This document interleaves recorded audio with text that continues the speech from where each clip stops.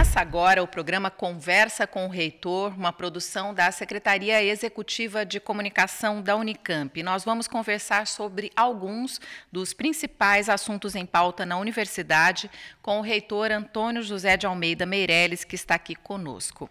Hoje nós iremos falar, por exemplo, da aprovação de cotas étnico-raciais na pós-graduação da Unicamp, do tradicional evento Unicamp de Portas Abertas, sobre o início do CELAM, que é o curso de estudos latino-americanos, e ainda sobre a realização do Seminário Internacional Emergência Climática, o que a universidade deve fazer para enfrentá-la já.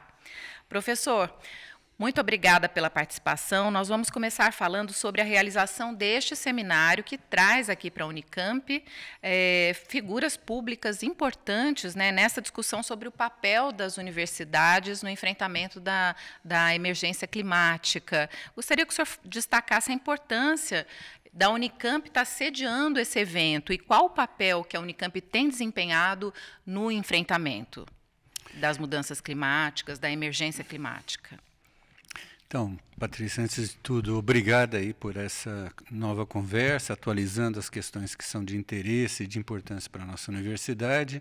O seminário começou hoje, né, com a presença da ex-ministra do Meio Ambiente, Isabela Teixeira, do pró-reitor de Clima e Sustentabilidade de Harvard, o professor James Stock, né? E também com a minha participação numa primeira mesa após a abertura, e o tema dessa primeira mesa era exatamente qual a contribuição das universidades para o enfrentamento da emergência climática. É um evento organizado pela Diretoria de Direitos Humanos, em particular pela sua comissão assessora na área de mudanças climáticas, né, de direitos aí na questão ambiental. Também a mesa foi coordenada pelo professor Andreas Gompert da FEA e que participa dessa comissão, com a presença também da professora Sônia e Leila, que são as que dirigem essa comissão.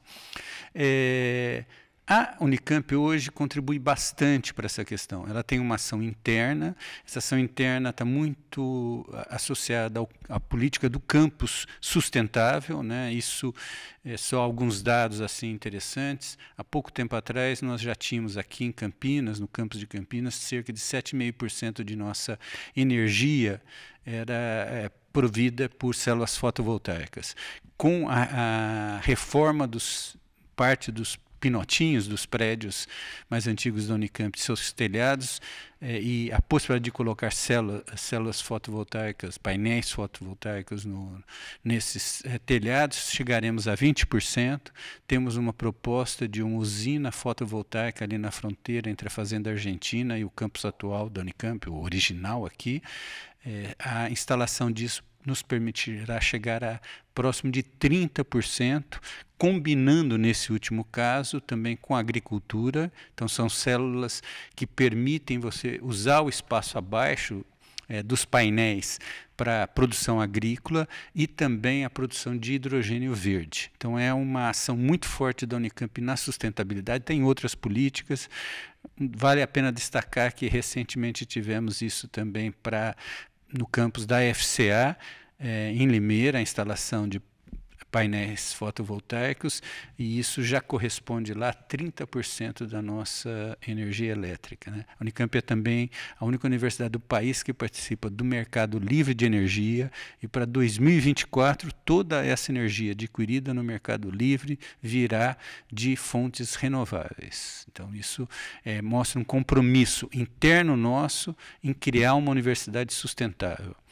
Outra ação da Unicamp são seus grandes projetos de pesquisa, vários deles associados à questão ambiental, seja na transição energética, seja nos impactos ambientais da mudança climática e a sua repercussão, por exemplo, na necessidade de desenvolver variedades de plantas que sejam mais resilientes ao aumento da temperatura. A Unicamp é muito proativa nisso, seja na discussão da própria transição energética, com elementos associados à tecnologia, mas também à regulação. São vários projetos, as pessoas podem procurar esses projetos na página da Pró-Reitoria de Pesquisa. Então, essa é a nossa ação de produção de conhecimento, tecnologia, ciência e geração de inovação.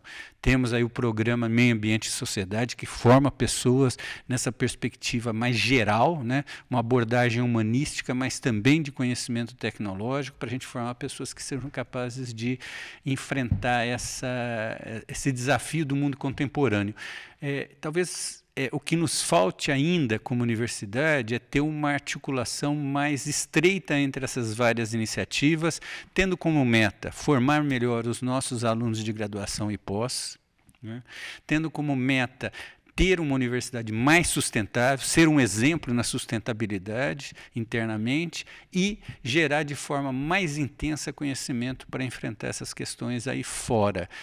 Isso também exige a gente ter uma interação maior com os atores do mundo político, das empresas, das organizações da sociedade civil, para que essas atitudes tenham uma repercussão, seja na vida cotidiana das pessoas, em termos delas perceberem a importância e usarem essas inovações para melhorar, para reduzir o impacto ambiental, né? Seja também para alertar as pessoas para essas questões aí. É importante ressaltar que a gente está gravando esse programa no dia 14 de agosto, que é uma segunda-feira, que é o início, né, desse seminário. Esse seminário vai até o dia 16 de agosto. E, professor, ainda sobre essa questão, o senhor acha que a universidade ela tem um papel, ela é mais responsável por tratar essas questões? Quer dizer, ela tem que dar esse exemplo mesmo, ela tem que puxar isso, ela tem que ter um papel de protagonismo? Eu não tenho qualquer dúvida disso. A questão climática, ela foi levantada dentro da academia, né? A preocupação com ela lá atrás. E ela está muito associada à necessidade de usar todo o complexo de conhecimento científico para a humanidade ser capaz de enfrentar esse desafio. Então, o nosso papel, seja na educação, seja na geração de dados, de conhecimento, de divulgação dessa preocupação e de ser capaz de gerar formas de minimizar o impacto ambiental do desenvolvimento humano ao longo desses últimos tempos. E pensar num desenvolvimento que não tenha esse impacto é essencial. E tanto é que eu citei a mesa de manhã, mas agora à tarde nós temos aqui o professor Ricardo Galvão, né? Ex-diretor do INPE, hoje presidente do Conselho Nacional de Pesquisa, do CNPq, né? Pesquisa, uma referência, né?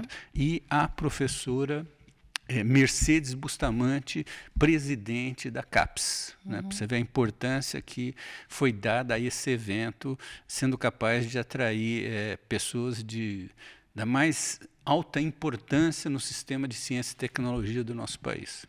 Ok, bom, vamos mudar um pouco de assunto então. O Conselho Universitário, Consul da Unicamp, aprovou no dia 1º de agosto a proposta de implantação do sistema de cotas étnico-raciais para ingresso nos cursos de pós-graduação da Unicamp, né?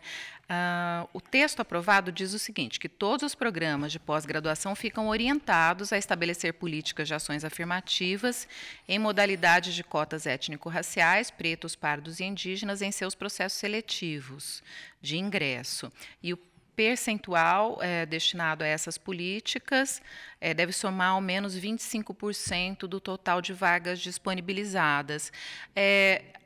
Os programas de pós-graduação, eles já sinalizaram positivamente para a adoção do sistema de cotas? Como que vai funcionar e qual a importância da Unicamp aprovar esse sistema de cotas também na pós-graduação? Então, nós temos já um grande número de programas de pós-graduação que já usa a política de cotas, né? Independentemente dessa ação geral da universidade. Inclusive, foram esses programas que, de alguma forma, serviram de inspiração para a gente conseguir dar esse passo adicional. Eu acho que essa etapa ele coroa um conjunto de iniciativas da universidade de procurar fazer face a esse desafio, né? O desafio de tornar a universidade um local mais próximo da nossa sociedade, incorporando a diversidade. Isso como a gente tem dito com frequência, é importante não só para dar oportunidade ao conjunto de pessoas de diferentes etnias, de diferentes classes sociais, mas também como uma forma de enriquecer a temática de pesquisa e a temática que forma pessoas na universidade, porque questões que muitas vezes não são abordadas no nosso espaço passam a ser abordadas em função dessa diversidade. Então, isso também é um elemento enriquecedor.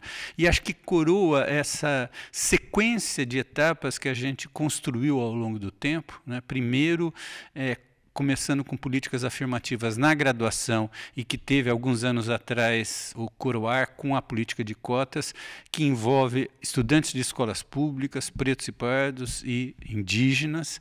Essa foi o primeiro grande passo que a Unicamp realizou.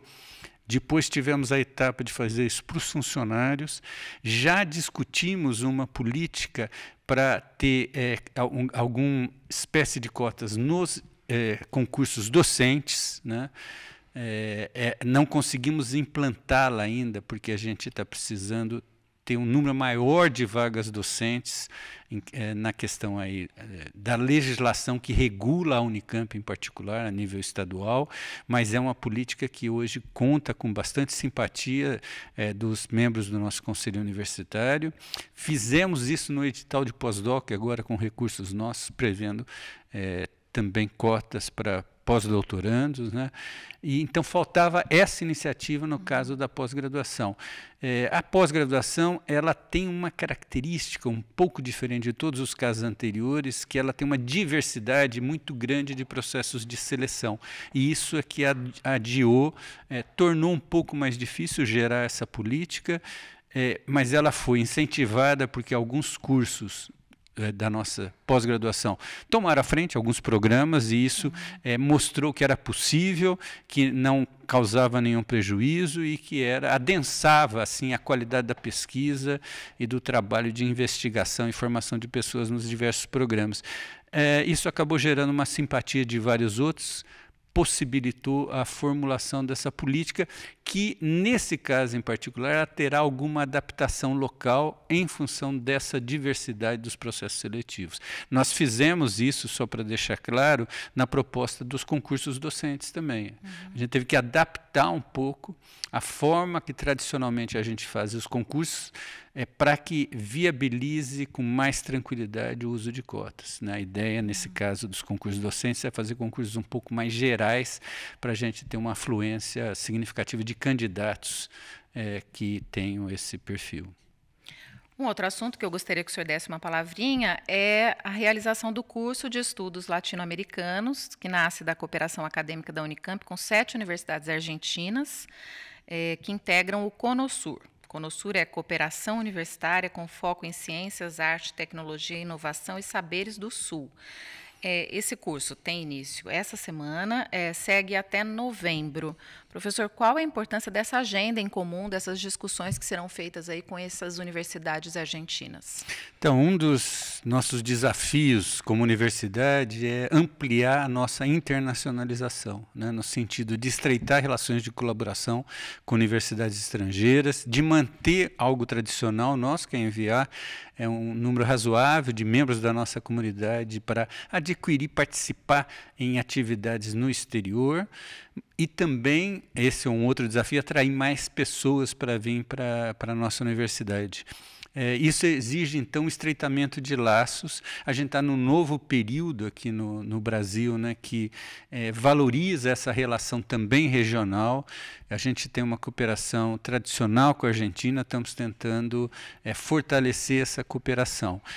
Um dos nossos docentes aposentados, o professor José Mário Martínez, que é também presidente do Conselho do Instituto de Estudos Avançados da Unicamp, o IDEA, é um dos grandes idealizadores dessa proposta. Então, é uma iniciativa da Unicamp, sendo capitaneada pelo professor Martínez. E eu não disse, mas também junto com a Secretaria Executiva de Comunicação, né? Importante esse lembrete, junto com a SEC e com o EA2. Então, é uma atividade do IDEA, da SEC e do EA2 conjunto. É muito importante isso, Patrícia. Faço aqui minha penitência por não ter mencionado logo de eu que cara. acabei na apresentação da pergunta aqui também, acabei não falando. É uma iniciativa da Secretaria Executiva de Comunicação, do EA2 e do IDEA, né, como o professor citou. Então, ela envolve a Unicamp, pelo lado brasileiro, e 7 universidades argentinas que fazem parte desse consórcio, dessa cooperação, né? Você falou aí um nome, seria uma tradução em português, o CONOSUR tem, obviamente, uma sigla em espanhol, né? E o CELAM é uma atividade muito interessante. Nós temos muitos problemas comuns, né? Problemas comuns à América Latina.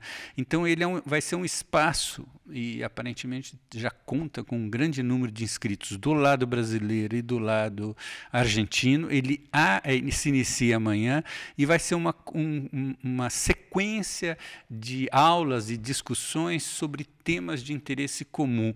Eu vou citar alguns, né?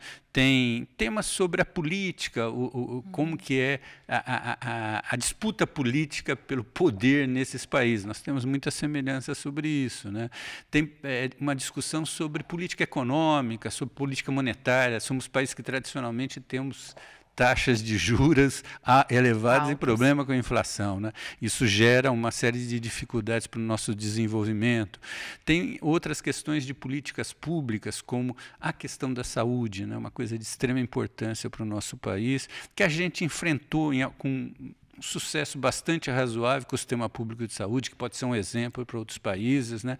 Tem uma questão de política de linguística, né? A gente sabe que nos nossos países a gente tem várias línguas que correm o risco de desaparecer. Os indígenas, por exemplo, os nossos indígenas da Unicamp têm uma diversidade grande de línguas, né?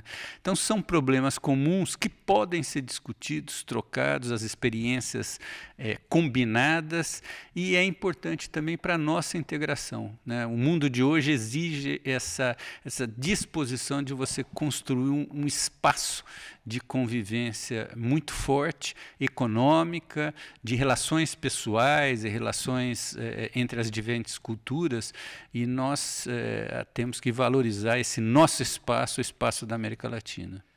Bom, eu vou deixar na descrição deste vídeo, eu vou deixar o link, né, com toda a programação do CELAM, para quem quiser conferir. Vai ter transmissão online também de todas as aulas, então fica aí o convite. Bom, para finalizar, professor, eu gostaria de falar desse grande evento, né, que a gente realiza há muito tempo. A gente está na 18ª edição do programa Unicamp de Portas Abertas, a UPA 2023, que vai ser realizada neste próximo sábado, dia 19. E o tema da UPA este ano A Educação Transforma. Gostaria primeiro que o senhor falasse um pouquinho da escolha desse tema, o que o senhor achou? Então, é algo que me deixa muito feliz, né? Eu diria, a educação transforma a vida das pessoas, e a formação científica e tecnológica pode ser uma forma das pessoas contribuírem para transformar o país, né? Eu realmente sou fã da ideia de que a educação transforma. Ela cria oportunidades para as pessoas, e um desafio da nossa sociedade é igualar as oportunidades, né? Nós temos uma sociedade que ainda é bastante injusta, que cria barreiras para esse potencial imenso que o povo brasileiro tem, e a educação é capaz de gerar essas oportunidades. A nossa experiência com a política de cotas tem sido muito positiva nesse sentido, né? As pessoas abraçam a oportunidade, se dedicam e veem nisso obviamente, um espaço de crescimento individual, mas também uma possibilidade, grande parte dessas pessoas, de colaborar de forma mais intensa com o desenvolvimento da sociedade. Então, eu acho que é um tema extremamente apropriado.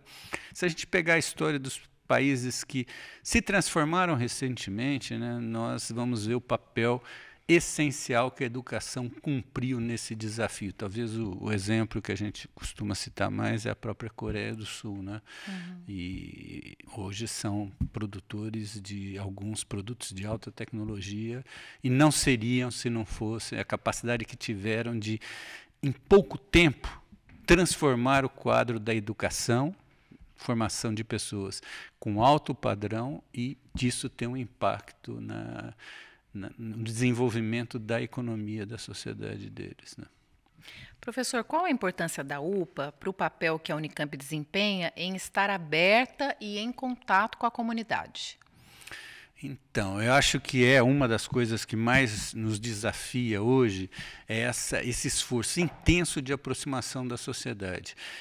Não é que a gente era separado, né? Mas dava um pouco essa impressão, né? Então, eu acho que o grande problema é que a gente ficava, talvez houve uma composição de fatores que gerou essa transformação.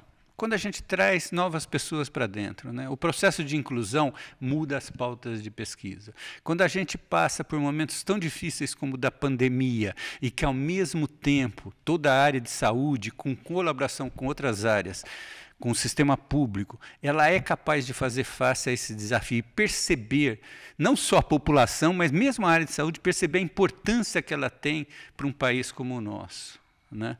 Quando a gente sofreu tanto ataque, né, de áreas aí do mundo da política, questionando a importância do conhecimento, da ciência, da formação superior, isso ajudou, isso chacoalhou a universidade. Né? E algo que a gente fazia de uma forma talvez mais tímida e não valorizasse tanto, ganhou uma outra dimensão. Então, eu acho que hoje... Que é essa comunicação com a sociedade, essa relação muito forte com... nós queremos atrair, por exemplo, esses estudantes para cá. A gente quer que eles se sintam capazes de estar nos nossos bancos, né? De fazerem a diferença aqui como parte da nossa comunidade. A gente quer dar oportunidade para essas pessoas crescerem na vida. E a gente quer que o que se produz aqui, em termos de conhecimento, em termos de ciência, de tecnologia e em termos de formação de pessoas, tem um impacto na vida da nossa região, da nossa cidade, do nosso estado e do nosso país. Não há como fazer isso sem ser proativo na relação com a sociedade. A UPA é um desses momentos, um momento de interação muito forte com a juventude pré-universitária e com seus familiares, né? Gerando neles esse desejo de participar dessa grande comunidade do conhecimento que é a nossa universidade. Eu queria, esse programa vai ser apresentado na UPA, inclusive, né? E eu queria que o senhor contasse um pouquinho essa sua experiência com a Unicamp, né? Além de ter uma longa carreira como docente, o senhor também foi aluno aqui da universidade, né? Quais são as suas principais lembranças? O quanto a Unicamp te transformou, te marcou? Então, eu acho que eu vou contar uma história um pouquinho maior só. Eu sou filho de uma... minha mãe ficou viúva cedo, 42 anos de idade, 7 filhos, 4 dos quais estudaram aqui. Né? Eu estudei, entrei em 76, eu tive uma irmã que deve ter entrado em 73, na engenharia de alimentos, os dois fizeram engenharia de alimentos, eu tive uma irmã que fez economia e outra que fez letras. Né? Desses 4, 3 viraram professor universitário. Eu e minha irmã aqui na própria Unicamp. A outra, minha irmã, era professora, ela já era mais novinha, mas já faleceu. Ela foi professora da PUC de Minas Gerais. Foram todas pessoas que foram marcadas pela Universidade de Campinas. Viraram professores universitários, fizeram mestrado, doutorado, se apaixonaram pelo conhecimento, pela ciência. E isso teve uma importância muito grande, eu diria, na vida da minha família, né? Muito transformadora. Minha mãe era uma professora primária, ficou viúva cedo. Obviamente, foi um período em que a universidade era um espaço de ascensão ou de você manter o seu padrão de vida. Né? Agora, o outro lado dessa história é que foi uma época muito importante da história do Brasil. Eu estudei na Unicamp de 76 a 80, uma época em que a gente estava no processo de abertura. A universidade tinha um compromisso muito grande com a luta pela democracia, né? Isso marcou a minha história de uma forma inevitável.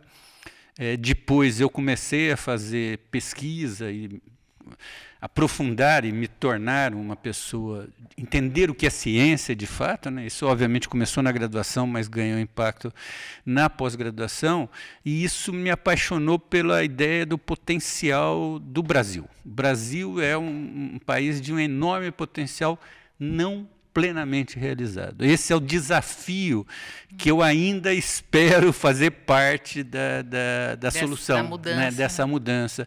E eu acho que essa juventude que está aí, entrando na universidade, ela tem esse potencial também.